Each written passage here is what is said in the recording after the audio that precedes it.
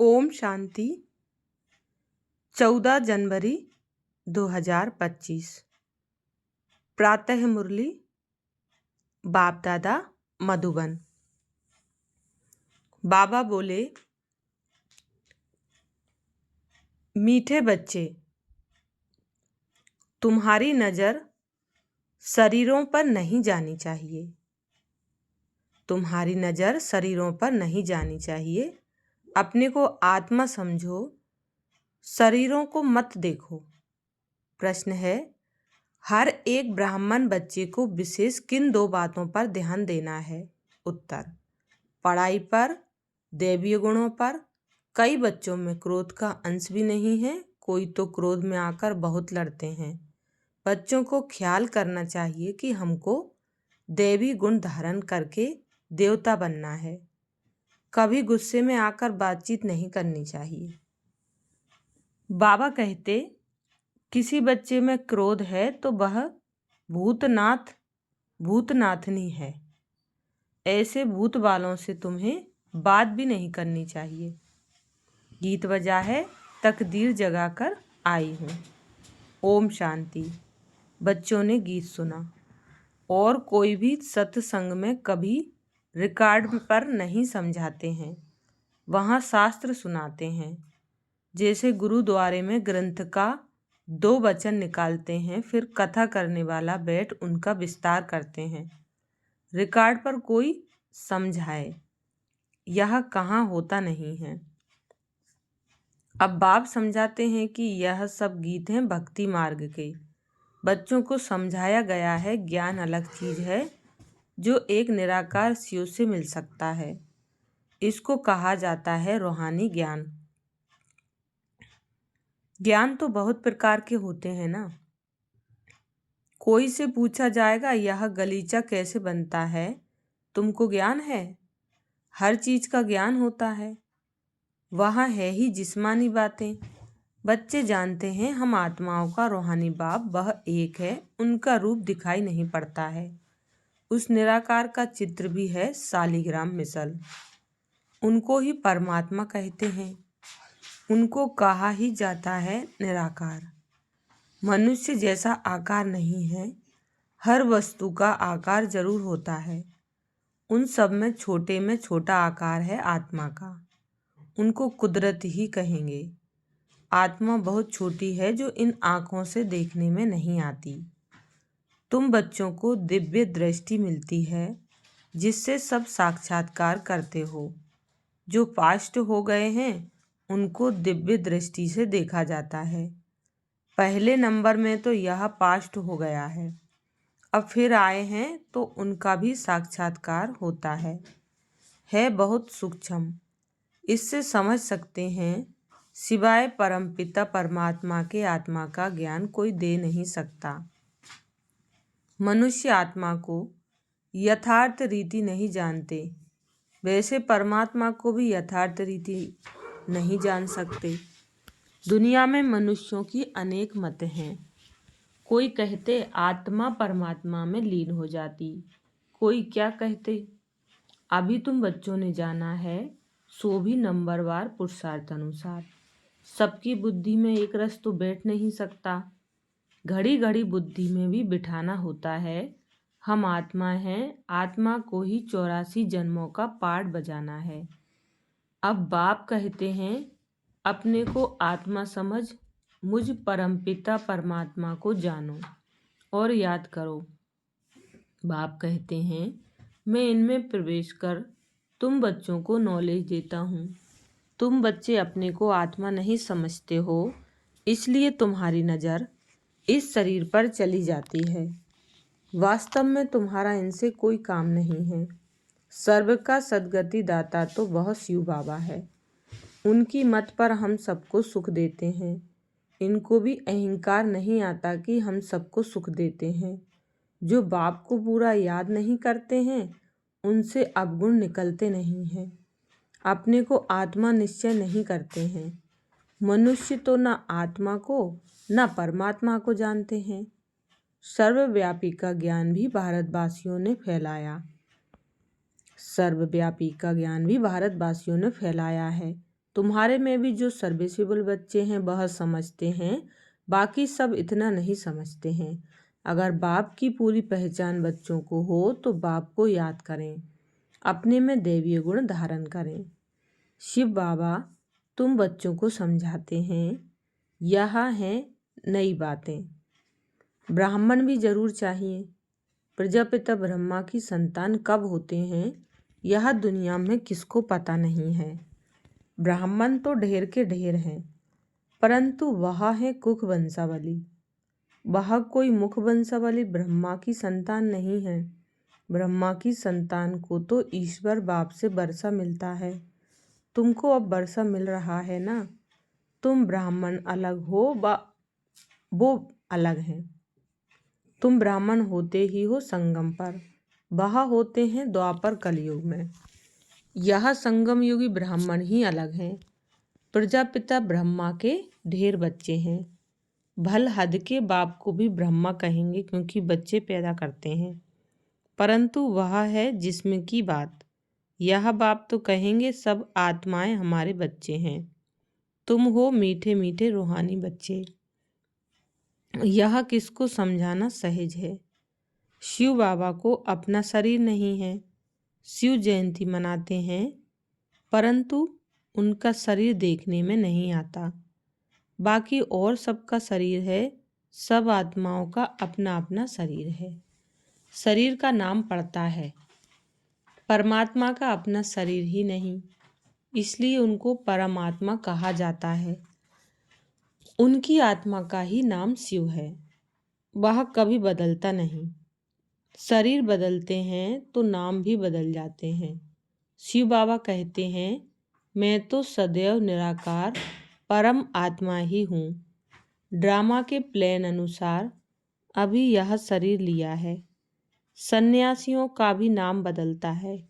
गुरु का बनते हैं तो नाम बदलता है। तुम्हारे भी नाम बदलने हैं। तुम्हारे भी नाम बदले थे, परंतु कहाँ तक नाम बदलते रहेंगे। कितने भागंती हो गए जो उस समय थे उनका नाम रख दिया, अब नाम नहीं रखते हैं। किस पर भी विश्वास नहीं है। माया बहुतों को हरा देती है तो भागंती हो जाते हैं। इसलिए बाबा किसका भी नाम नहीं रखते हैं। किसका रखें किसका ना रखें वह भी ठीक नहीं। कहते तो सब हैं बाबा हम आपके हो चुके हैं, परंतु यथार्थ रीति हमारे होते थोड़े ही हैं। बहुत हैं जो वारिस बनने के राज को भी नहीं जानते हैं। बाबा के पास मिलने आते हैं, परंतु वारिस नहीं है।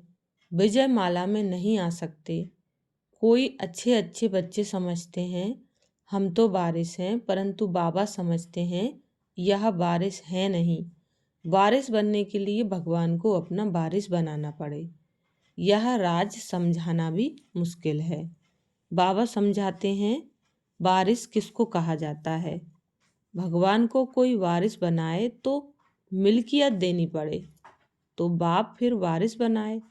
मिल्कियत तो सिवाय गरीबों के कोई साहूकार दे न सके। माला कितनी थोड़ों की बनती है, यह भी कोई बाबा से पूछे तो बाबा बता सकते हैं। तुम वारिस बनने के हकदार हो व नहीं, यह बाबा भी बता सकते हैं। यह कॉमन बात है समझने की। वारिस बनने में भी बहुत अक्ल चाहिए।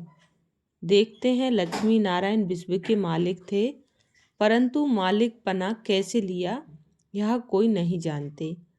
अभी तुम्हारी एम ऑब्जेक्ट तो सामने है, तुमको यह बनना है। बच्चे भी कहते हैं हम तो सूर्यवंशी लक्ष्मी नारायण बनेंगे, ना कि चंद्रवंशी राम सीता। राम सीता की भी शास्त्रों में निंदा की हुई है। लक्ष्मी नारायण की कभी निंदा नहीं सुनेंगे। शिव बाबा की श्री कृष्ण की भी निंदा है। बाप कहते हैं मैं तुम बच्चों को इतना ऊंचते ऊंच बनाता हूँ, मेरे से भी बच्चे तीखे चले जाते हैं। लक्ष्मी नारायण की भी कोई निंदा नहीं करेंगे। भल श्री कृष्ण की आत्मा तो वही है, परंतु न जानने के कारण निंदा कर दी है। लक्ष्मी नारायण का मंदिर भी बड़ा खुशी से बनाते हैं। वास्तव में बनाना चाहिए राधे कृष्ण का, क्योंकि वह सतो प्रधान है। यह उन्हों की युवावस्था है तो उनको सतो कहते हैं। वह छोटे हैं इसलिए सतो प्रधान कहेंगे। छोटा बच्चा महात्मा समान होता है। जैसे छोटे बच्चों को विकार आदि का पता नहीं रहता, वैसे वहाँ बड़ों को भी पता नहीं रहता कि विकार क्या चीज है। यह 5 भूत वहाँ होते ही नहीं। विकारों का जैसे कि पता ही नहीं है। इस समय है ही रात। काम की चेष्टा भी रात को ही होती है। देवताएं हैं दिन में तो काम की चेष्टा होती नहीं। विकार कोई होते नहीं। अभी रात में सब विकारी हैं। तुम जानते हो दिन होते ही हमारे सब विकार चले जाएंगे। पता नहीं रहता कि विकार क्या चीज है। यह रावण के विकारी गुण हैं। यह है विशेष वर्ल्ड। वाइसलेस वर्ल्ड में विकार की कोई बात नहीं होती। उनको कहा ही जाता है ईश्वरीय राज्य। अभी है आसुरी राज्य। यह कोई नहीं जानते। तुम सब कुछ जानते हो। नंबर वार पुरुषार्थ अनुसार ढेर बच्चे हैं। कोई भी मनुष्य समझ नहीं सकते कि यह सब बीके किसके बच्चे हैं। सब याद करते हैं शिव बाबा को, ब्रह्मा को भी नहीं। यह खुद कहते हैं शिव बाबा को याद करो, जिससे विकर्म विनाश होंगे। और कोई को भी याद करने से विकर्म विनाश नहीं होंगे। गीता में भी कहा है मामेकम याद करो। श्री कृष्ण तो कह न सके, वर्षा मिलता ही है निराकार बाप से। अपने को जब आत्मा समझें तब निराकार बाप को याद करें। मैं आत्मा हूँ, पहले यह पक्का निश्चय करना पड़े। मेरा बाप परमात्मा है। वह कहते हैं मुझे याद करो तो मैं तुमको वर्षा दूंगा। मैं सबको सुख देने वाला हूँ। मैं सभी आत्माओं को शांति धाम ले जाता हूँ। जिन्होंने कल्प पहले बाप से वर्षा लिया होगा वही आकर वर्षा लेंगे, ब्राह्मण बनेंगे। ब्राह्मणों में भी कुछ कच्चे पक्के हैं। ब्राह्मणों में कुछ बच्चे पक्के हैं। मातेले भी बनेंगे, सौतेले भी बनेंगे। हम निराकार शिव बाबा की वंशावली हैं। जानते हैं बिरादरी कैसे बढ़ती जाती है। अभी ब्राह्मण बनने के बाद हमको वापस जाना है। सब आत्माएं शरीर छोड़कर वापस जानी है। पांडव और कौरव दोनों को शरीर छोड़ना है। तुम यह ज्ञान के संस्कार ले जाते हो, फिर उस अनुसार प्रारब्ध मिलती है। वह भी ड्रामा में नूंद है। फिर ज्ञान का पाठ खत्म हो जाता है। तुमको 84 जन्मों के बाद फिर ज्ञान मिला है। फिर यह ज्ञान प्राय लोप हो जाता है। तुम प्रारब्ध भोगते हो। वहाँ और कोई धर्म वालों के चित्र आदि नहीं रहते। तुम्हारे भक्ति मार्ग में भी चित्र रहते हैं। सतयुग में किसका चित्र आदि नहीं रहता। तुम्हारे चित्र ऑलराउंड भक्ति मार्ग में रहते हैं। तुम्हारे राज्य में और कोई का चित्र नहीं है। सिर्फ देवी देवता ही रहते हैं। इससे ही समझते हैं आदि सनातन देवी देवता ही हैं। पीछे सृष्टि बढ़ती जाती है। तुम बच्चों को यह ज्ञान सिमरन कर अतीन्द्रिय सुख में रहना है। बहुत पॉइंट्स हैं। माया घड़ी घड़ी बुला देती है, तो यह याद रहना चाहिए कि शिव बाबा हमको पढ़ा रहे हैं। वह है ऊंचते ऊंच। हमको अब वापस घर जाना है। कितनी सहज बातें हैं। सारा मदार है याद पर। हमको देवता बनना है। दैवीय गुण भी धारण करने हैं। 5 विकार हैं भूत। काम का भूत, क्रोध का भूत, देह अभिमान का भूत भी होता है। हाँ, कोई में जास्ती भूत होते हैं, कोई में कम। तुम ब्राह्मण बच्चों को पता है यह 5 बड़े भूत हैं। नंबर 1 है काम का भूत। सेकंड नंबर है क्रोध का भूत। कोई रफ टफ बोलता है तो बाप कहते हैं यह क्रोधी है। यह भूत निकल जाना चाहिए, परंतु भूत निकलना बड़ा मुश्किल है। क्रोध एक दो को दुख देता है, मोह में बहुतों को दुख नहीं होगा। जिसको मोह है उनको ही दुख होगा। इसलिए बाप समझाते हैं, इन भूतों को भगाओ। हर बच्चे को विशेष पढ़ाई और दैवीय गुणों पर अटेंशन देना है। कई बच्चों में तो क्रोध का अंश भी नहीं है। कोई तो क्रोध में आकर बहुत लड़ते हैं। बच्चों को ख्याल करना चाहिए, हमको दैवीय गुण धारण कर देवता बनना है। कभी गुस्से से बात नहीं करनी चाहिए। कोई गुस्सा करता है तो समझो इनमें क्रोध का भूत है। वह जैसे भूतनाथ भूतनाथनी बन जाते हैं। ऐसे भूत बालों से कभी बात नहीं करनी चाहिए। एक ने क्रोध में आकर बात की, फिर दूसरे में भी भूत आ गया तो भूत आपस में लड़ पड़ेंगे। भूतनाथनी अक्षर बड़ा छीछी है। भूत की प्रवेशता नहीं हो जाए इसलिए मनुष्य किनारा करते हैं। भूत के सामने खड़ा भी नहीं होना चाहिए, नहीं तो प्रवेशता हो जाएगी। बाप आकर आसुरी गुण निकाल देवी गुण धारण कराते हैं। बाप कहते हैं, मैं आया हूँ देवी गुण धारण कराए देवता बनाने। बच्चे जानते हैं हम देवी गुण धारण कर रहे हैं। देवताओं के चित्र भी सामने हैं। बाबा ने समझाया है, क्रोध वाले से एकदम किनारा कर लो। अपने को बचाने की युक्ति चाहिए। हमारे में क्रोध ना आ जाए, नहीं तो 100 गुना पाप पड़ जाएगा। कितनी अच्छी समझानी बाप बच्चों को देते हैं। बच्चे भी समझते हैं। बाबा हूबहू कल्प पहले मुआफिक समझाते हैं। नंबरवार पुरुषार्थ अनुसार समझते ही रहेंगे। अपने ऊपर भी रहम करना है, दूसरे पर भी रहम करना है। कोई अपने पर रहम नहीं करते, दूसरे पर करते हैं तो वह ऊंच चढ़ जाते हैं, खुद रह जाते हैं। खुद विकारों पर जीत पहनते नहीं, दूसरे को समझाते हैं, वह जीत पहन लेते हैं। ऐसे भी बंडर होता है। अच्छा, मीठे मीठे सिकिल दे बच्चों प्रति माता पिता बाप दादा का याद प्यार और गुड मॉर्निंग। रूहानी बाप की रूहानी बच्चों को नमस्ते। हम रूहानी बच्चों की रूहानी माता पिता बाप दादा को याद प्यार गुड मॉर्निंग और नमस्ते। धारणा के लिए मुख्य सार। पहली पॉइंट, ज्ञान का सिमरन कर अतीन्द्रिय सुख में रहना है। किसी से भी रफ टफ बातचीत नहीं करनी है। कोई गुस्से से बात करे तो उससे किनारा कर लेना है। दूसरी पॉइंट है, भगवान का वारिस बनने के लिए पहले उन्हें अपना वारिस बनाना है। समझदार बन अपना सब बाप हवाले कर ममत्व मिटा देना है। अपने ऊपर आपे ही रहम करना है। वरदान दिया बाबा ने, साक्षी हो ऊंची स्टेज द्वारा सर्व आत्माओं को सकाश देने वाले बाप समान अव्यक्त फरिश्ता भाव। डिटेल है, चलते फिरते सदैव अपने को निराकारी आत्मा और कर्म करते अव्यक्त फरिश्ता समझो तो सदा खुशी में ऊपर उड़ते रहेंगे। फरिश्ता अर्थात ऊंची स्टेज पर रहने वाला।